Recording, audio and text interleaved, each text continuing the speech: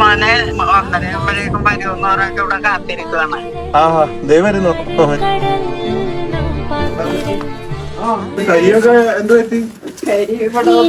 വീണ? അത് ശരി.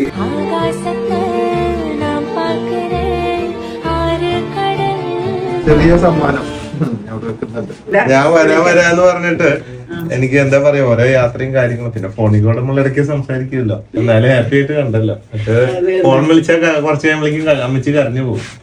ചാച്ചന്റെ കാര്യം എന്ന് പറഞ്ഞിട്ട് ചാച്ചന്റെ അന്ന് കണ്ടല്ലേ വന്നപ്പോ സെമിത്തേരിയിൽ വന്നിട്ട് കണ്ടതാണ്. നീ ഇന്ന് പോകണ്ട, ഡാഡിക്കൊരു ക്ഷീണം പോലെ തോന്നുന്നു, നീ ഇങ്ങോട്ട് പോരുന്നത്.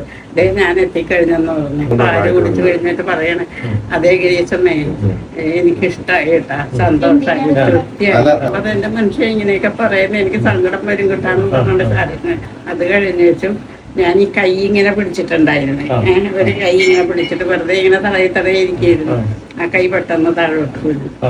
താഴോട്ട് വന്നു, തലയും ചരിച്ചിങ്ങനെ കാണിച്ചപ്പോഴേക്കും ഇടി മോളെ അവിടെ അമ്മച്ചി കട്ടൻ ചായ പഞ്ചസാര ഇട്ട് വെച്ചിട്ടുണ്ട്, വേഗം കൊണ്ടുവന്നു. അങ്ങനെ പോവാറുണ്ട്. അപ്പൊ അവൾക്കറിയാലോ, വേഗം തന്നെ അവള് കുറെ പഞ്ചസാര ഇട്ട് കലക്കി കൊണ്ടുവന്നു വായിലൊഴിച്ചു കൊടുത്തപ്പോഴേക്ക് അപ്പൊ ഞാനത് കൈയോട് ഇങ്ങനെ തുളച്ചു കളഞ്ഞു വെച്ചപ്പോ അത് എന്റെ മനസ്സിലാ, ഇതെന്താണ് കുടിക്കാതെ എനിക്ക് സങ്കടം പറഞ്ഞോണ്ട് കേട്ടോ, വായ തുറക്കണം പറയാൻ കരഞ്ഞു. അത് കഴിഞ്ഞേച്ചും വായ ഞാനിങ്ങനെ പിടിച്ചേച്ച് ഒഴിച്ചു കൊടുത്തപ്പോ അത് കുടിച്ചു.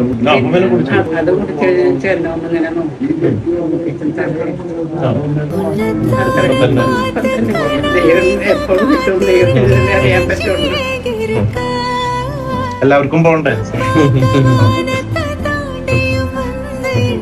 അമ്മച്ചി പറഞ്ഞ എന്റെ കണ്ണില് കണ്ണോ വെള്ളം വരും. ഇപ്പൊ നമ്മളൊക്കെ ഇല്ലേ ഫോണിലൂടെ എന്നെ അറിയിക്കുന്ന ആളാ. അത്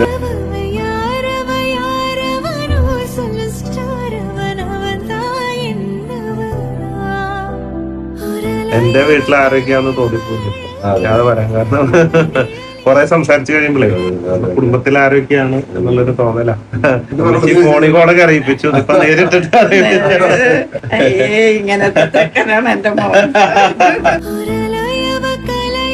അയ്യോ നീ വലിപ്പമുള്ളോ. പെട്ടെന്ന് അലിഞ്ഞു പോവും എന്തെങ്കിലുമൊക്കെ കേട്ടാലേ. മനുഷ്യരുടെ പ്രശ്നങ്ങൾ കേൾക്കുമ്പോ ആൾക്കാർ വിചാരിക്കും ഭയങ്കര സംഭവം. അയ്യോ കണ്ണു നോക്കിയാൽ